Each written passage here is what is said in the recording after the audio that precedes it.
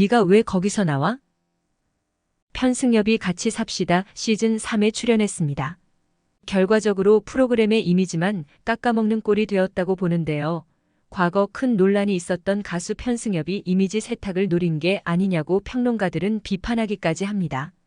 그는 방송 내내 일관되게 자신은 잘못이 없다는 분위기로 말을 이어갔습니다. 왜 3번이나 이혼을 했느냐는 질문에 모르겠어요. 제가 싫었나 봐요. 라고 대답하면서 고 기른정과의 결혼 생활을 시끄러웠던 결혼 생활이라며 언급합니다. 또 편승엽은 기른정과의 2년 2개월을 끄는 법정 공방에서 승소는 했지만 사람들이 그 사실에 관심이 없었다며 안타깝다는 표정으로 언급했습니다. 그러자 옆에서 가수 혜은이는 결백 이렇게 거들기까지 했습니다. 하지만 혜은이는 그래서는 안 됩니다. 말은 바로 하라고 기른정이 명예훼손을 한 게 맞다는 것에 대한 즉 명예훼손 부분에 대해 편승엽 측의 손을 들어준 것일 뿐이라는 거지요. 이것은 이 소송 내용이 사실일지라도 고소당한 상대방이 명예훼손을 주장하면 고소인일지라도 명예훼손에 대해서는 법적 책임을 질 수도 있다는 pin결입니다. 세월을 거슬러 다시 들춰보면 두 사람이 벌인 법정 공방은 이렇습니다. 편승엽과 기른정은 1997년 2월에 결혼했고 그해 9월에 이혼합니다. 그러다가 2002년 기른정이 편승엽과의 결혼 생활에 대해 쓴 글 때문에 전 남편인 편승엽에게 명예훼손으로 고소를 당합니다. 편승엽은 그 당시 손해배상으로 5억 원을 요구했었고요. 당시 편승엽과 부적절한 관계가 있다는 여성 2명도 등장하여 기른정과 함께 기자회견을 하기도 했었습니다. 결과적으로 그 두 여성의 주장은 모두 사실은 아닌 것으로 판명은 났습니다.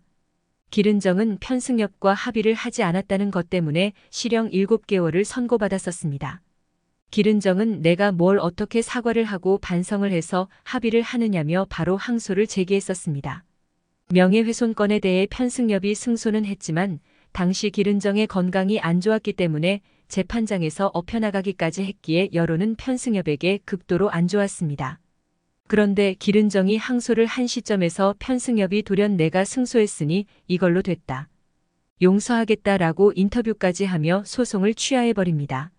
그 후 기른정은 직장암이 재발해서 그 이듬해 2003년 1월 7일 세상을 떠납니다. 설상가상으로 기른정의 아버지마저도 몇 년 후 스스로 세상을 떠나시는 일까지 일어납니다. 딸이 겪어야 했던 말도 안 되는 고통을 아버지도 심적으로 견디기 힘드셨던 것 같습니다. 그날 방송에서 편승엽은 3번째 결혼이 파탄난 이유가 2번째 결혼, 즉 기른정과의 결혼으로 인한 남들의 이목을 견디기가 어려웠다고 말을 이어갑니다. 자신의 잘못으로 인한 이혼 사유를 세상을 떠난 전 부인에게로 책임 전가하는 어이없는 발언을 하는 편승엽의 모습이 참으로 가증스러웠습니다.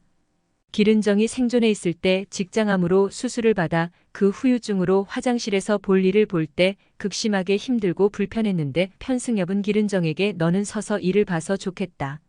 라고 짓거렸다고 합니다. 나중에 편승엽이 그 말은 농담이었다. 라고 둘러댔는데 인간에 대한 예의도 없고 공감 능력도 없는 소시오패스 따로 없다는 생각이 듭니다. 그 방송에 안문숙, 박원숙, 혜은이, 안소영 등이 자리하고 있었는데 안문숙은 동조하지 않았지만 박원숙과 혜은이는 편승엽의 말에 동조하는 분위기를 만들어갔습니다. 사람이 살면서 누구나 크고 작은 잘못을 합니다. 하지만 편승엽처럼 은근슬쩍 방송에 나와 사과도 없고 반성도 없이 이미지 세탁을 하려는 모습에 분노를 느낄 수밖에 없었습니다.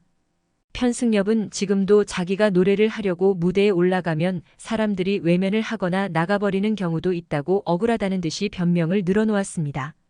같이 삽시다 제작진은 도대체 무슨 의도로 편승엽과 같은 파렴치한을 방송에 출연시켰는지 참으로 어이가 없습니다. 방송 제작자들이 너무 어려서 그 당시 세상을 시끄럽게 했던 편승엽 기른정 사건을 몰라서였을까요? 죄를 짓거나 큰 논란을 만들고 은근슬쩍 이미지 세탁하러 방송에 나오는 연예인들 정말 재수없습니다.